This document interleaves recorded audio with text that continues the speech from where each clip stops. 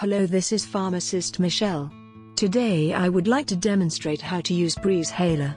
In a new box, you will find a new Breezehaler and blister cards.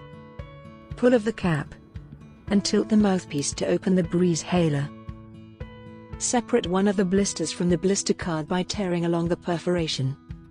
Peel following direction of the arrow. Do not push capsule through the foil. With dry hands, remove capsule from the blister.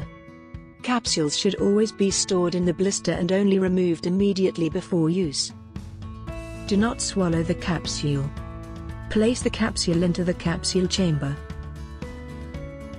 Close the Breezehaler fully until you hear a click sound. Hold the Breezehaler upright with the mouthpiece pointing up. Pierce the capsule by firmly pressing together both side buttons at the same time until a click sound is heard. Do this only once. Release the side buttons fully. This will allow the medication to be delivered when inhaled. Breathe out through mouth fully and away from the mouthpiece. Place the mouthpiece between lips and close lips firmly around it. Breathe in rapidly, steadily and deeply through the Breezehaler until whirring sound is heard. Hold breath for 5 to 10 seconds while taking the inhaler out from the mouth.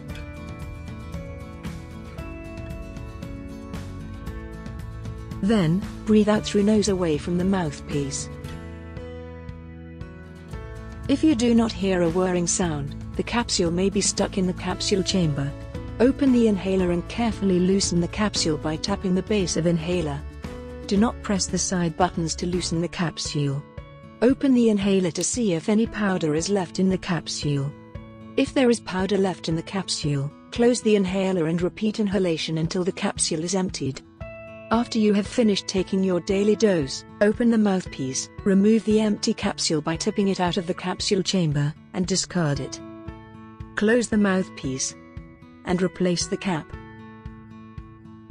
How to clean Breezehaler. Clean the mouthpiece with dry cloth daily after use. Do not wash the Breezehaler with water.